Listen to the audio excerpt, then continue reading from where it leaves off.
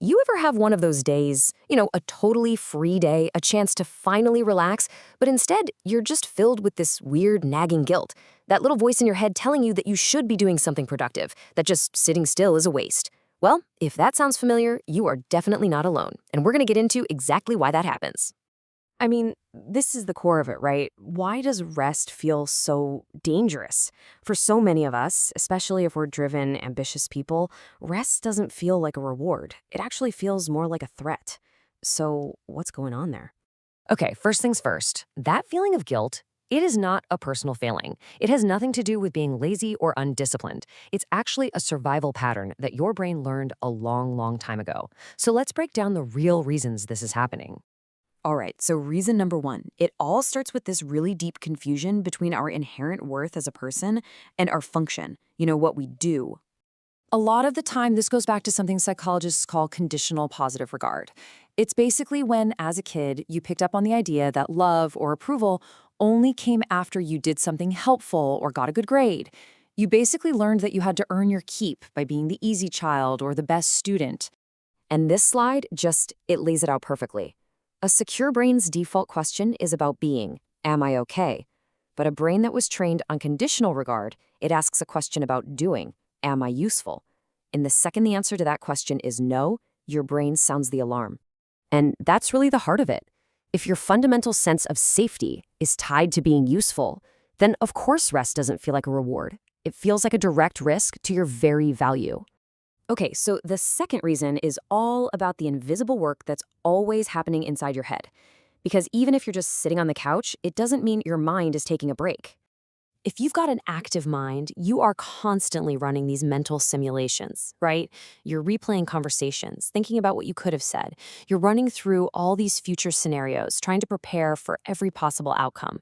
You're evaluating every choice you've ever made. All of that, it just burns a massive amount of cognitive energy. And this is why you can feel completely wiped out without having done a single physical thing. By the time you actually give yourself permission to sit down, your brain might have already run a marathon of what ifs and should haves. So on the outside, you're doing nothing, but on the inside, you're already spent. And this leads us right into reason number 3, which this is where things get even more tangled. That guilt you feel about being inactive, it's also deeply, deeply connected to perfectionism. And here's the wild paradox. For high achievers, procrastination often has nothing to do with laziness. It's the exact opposite. It happens because you care so much, so intensely about getting the outcome absolutely perfect. And what happens is you get stuck in this really frustrating loop. You have high ambitions, right? Which leads to this massive fear of producing anything that's less than perfect. And that fear can be so paralyzing that it leads to procrastination, which of course just creates even more guilt. So ultimately, on a subconscious level, your brain makes a choice. It decides that the familiar nagging pain of guilt feels safer than the potential shame of starting something and it not being perfect. It's a weird kind of defense mechanism against failure. And that brings us to our final piece of the puzzle, a nervous system that might be wired for constant alert. It's a state called hyper-vigilance. So think about it. If you grew up in an environment that felt unpredictable or chaotic, your brain learned a really powerful lesson. Calm is dangerous. A quiet moment wasn't a time for peace. It was that scary silence right before something went wrong. And as an adult, your nervous system remembers that. So when you try to relax, your body's internal alarm system starts blaring. It literally associates being still with being unprepared for a crisis.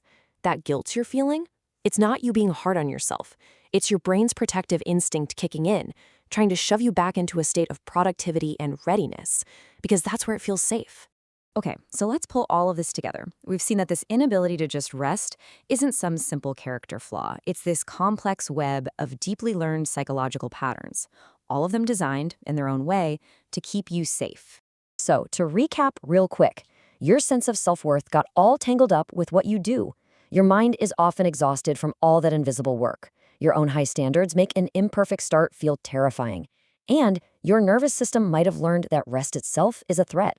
If any of this is resonating with you, please hear this. This is the most important takeaway. You are not broken. You are not lazy. You are a person with a brain that learned a very specific and once a very effective way to survive.